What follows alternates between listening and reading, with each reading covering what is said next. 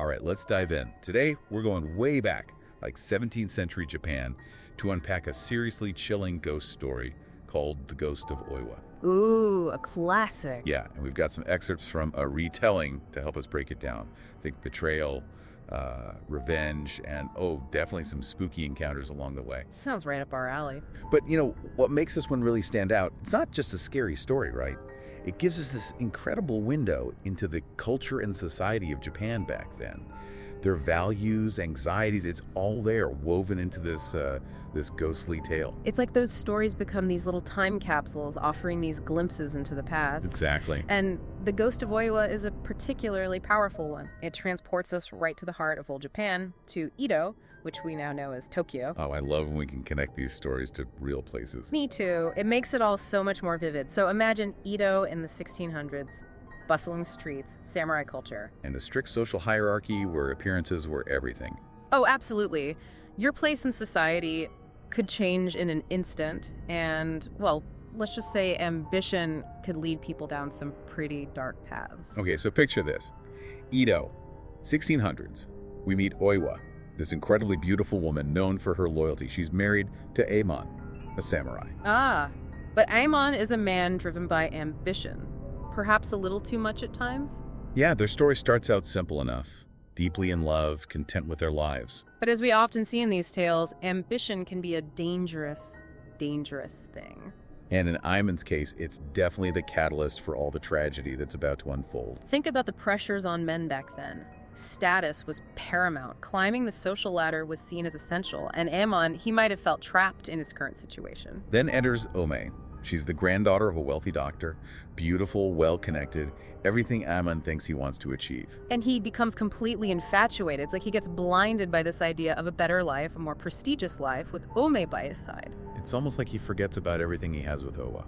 Exactly, and this is where the story really gets interesting, I think, because it starts to expose the complexities of the time. On the one hand, you have this immense societal pressure on Amon, this almost suffocating expectation to rise in status. And on the other hand, you have Oiwa, who's essentially trapped by those same rigid social structures. It makes you wonder, how much do those expectations still influence us today?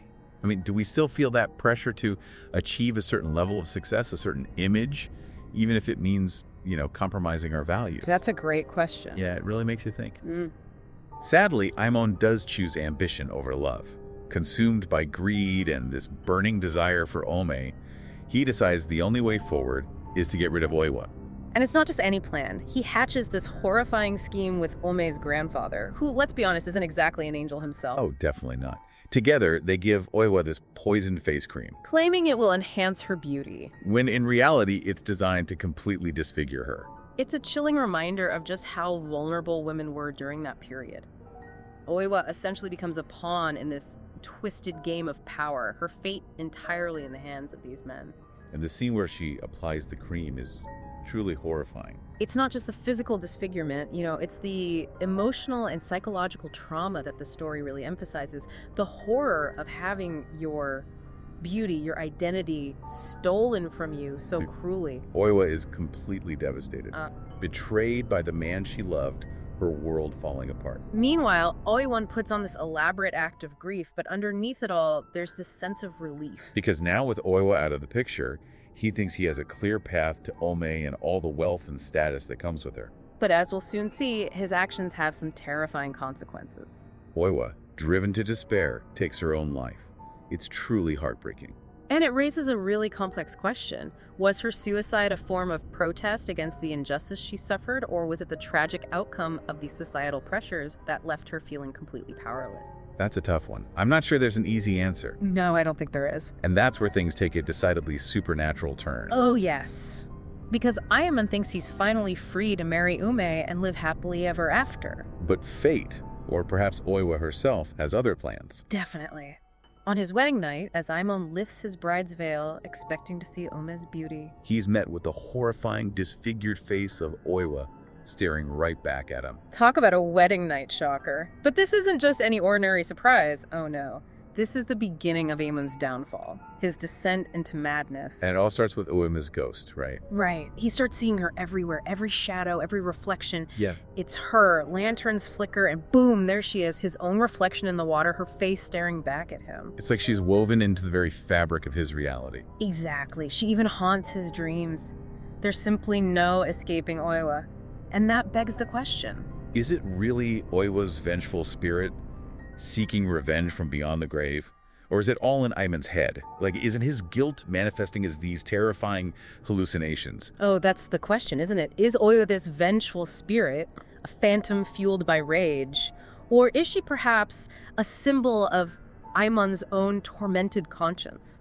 A physical embodiment of his awful deeds. That adds a whole other layer to the story, doesn't it? I mean, is Oiwa in control, or is Iemwen ultimately his own worst enemy? Exactly. And the story leaves it open to interpretation, which is, I think, part of what makes it so powerful and so enduring. Yeah, totally. It definitely makes you think. And speaking of things that make you think, Oh. let's fast forward to present-day Tokyo. Because, believe it or not, there's a real place that connects back to this story. You're talking about the Oiwa Inari Tamiya Shrine? The one and only. It's incredible, isn't it? A tangible link to this centuries-old tale. So tell me more about this shrine. What's its purpose? Well, it actually has a kind of dual purpose, which I find really fascinating. On one hand, people visit to appease Oima's spirit. You know, they seek protection from her wrath, misfortune, that kind of thing. That makes sense, considering her vengeful nature. But you said there's another reason people go there. Right. Here's where it gets really interesting. The Tamiya family, who believe they're descendants of Aemon, they also seek solace at this shrine. So they believe they're cursed because of Eamon's actions. Yeah. That his betrayal of Oiwa has echoed down through generations, impacting their family. Precisely. They believe that Oiwa's rage extends beyond Aemon himself, affecting his lineage. Wow, that's intense. So this shrine is a place where people try to placate a vengeful spirit and find relief from an ancestral curse. It's like a physical reminder of the story's power, its grip on the imagination, even centuries later. It really is. You can almost feel the weight of history there, the echoes of Oiwa's story. It's amazing how a story can have such a lasting impact. And speaking of impact, there's another twist to all of this that I find absolutely mind-blowing. Oh. Okay, so get this. Historical records suggest that Oiwa and Aemon might have been real people who lived in 17th century Japan. But here's the real kicker. They might have actually had a happy marriage. You're kidding. So the tragic love story, the betrayal, the haunting, it could all be a fabrication. That's wild. Right. I mean, it really makes you question the origins of this ghost story. It does. Was it a complete invention? Maybe fueled by rumors, or vendettas? Or was there a kernel of truth, something that happened that got twisted and embellished over time, becoming this larger-than-life tale? It really highlights how stories, especially those passed down through generations, can evolve and take on a life of their own. That line between fact and fiction, it can get incredibly blurry. So we've got this chilling ghost story, a real shrine, and the possibility that the main characters might have actually existed, maybe even lived a completely different life than the one we know from the legend.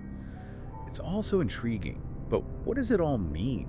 Why does this story, The Ghost of Oiwa, continue to captivate audiences centuries later? Is it just the supernatural elements, the thrill of the ghost story? Or is there something deeper at play? That's a great question, and I think it's a combination of factors. First, you have this universal theme of betrayal. Oiwa and Aemon's story taps into that primal fear of being deceived by someone you trust, someone you love, and that's something that resonates with people across cultures and throughout history. Yeah, we've all felt that sting of betrayal at some point, haven't we? Absolutely. And then you can't forget the theme of revenge. Oiwa's vengeful spirit, whether she's real or imagined, is such a potent symbol.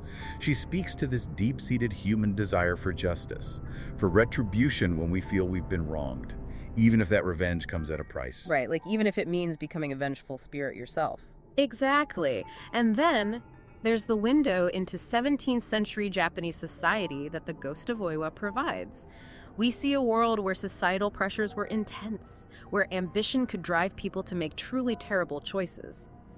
And while those themes are rooted in a specific time and place, I think they still have echoes in our modern world. For sure. I mean, we still feel pressure to achieve, to climb the social ladder, to present a certain image to the world, right?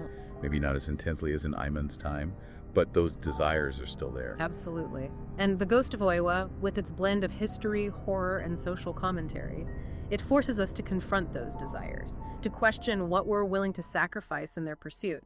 It's a chilling tale, but one that ultimately leaves us with more questions than answers, which I think is part of its enduring appeal. It really does make you stop and think, about the choices we make, the pressures we face, and the stories we tell ourselves, to justify it all. Exactly, and that's what I love about folklore, I think. It gives us a way to explore these complex themes in these really engaging, captivating stories. And The Ghost of Oiwa is, well, it's more than just a spooky tale. It's this commentary on human nature, societal pressures, and yeah, the enduring power of a good story. Speaking of that power, the fact that Oiwa and Ayman might have actually existed, maybe even happily married, that just adds another layer to this whole thing. Oh, for sure. It really reminds us that history is often this blend of fact and fiction, right? And that stories can morph and evolve in these really unexpected ways over time. Just imagine someone somewhere maybe hears a rumor or holds a grudge, and boom, that spark ignites this whole legendary tale. It's like a game of historical telephone, where whispers turn into shouts and facts get all tangled up with imagination. Exactly. And that, I think, speaks to the power of storytelling, how it can really shape our understanding of the past. But it also reminds us to be critical thinkers, right? To question the narratives we encounter and to think about all the different things that might have shaped them. So for our listeners who are now totally hooked on Japanese folklore, where would you suggest they start their own deep dive? What are some good resources? Ooh, there are so many great places to start. You could explore collections of Japanese folktales. There are some fantastic ones out there. Or you could immerse yourself in the history of kabuki theater. Oh, and of course, if you ever get the chance, a trip to Tokyo to visit the Oiwa Inari Tamiya Shrine, that would be amazing. And don't forget about all the different adaptations of The Ghost of Oiwa that are out there, in film, literature, even art. Each interpretation offers a unique perspective on this timeless tale, which just adds to its richness and complexity. It's a story that continues to inspire and terrify, offering this glimpse into the darkness that can hide within the human heart, but also reminding us of the power of a good ghost story. Well, there you have it, folks. Our deep dive into the haunting world of The Ghost of Oiwa. It's a tale of love, betrayal, revenge, and the power of stories that truly transcend time and culture. And as you go about your day, maybe you'll catch a flicker in the shadows or hear a whisper on the wind, and just maybe you'll remember Oiwa, her story, a reminder of the choices we make and the echoes they leave behind. Until next time, fellow deep divers, keep exploring, keep questioning, and keep those lanterns burning bright.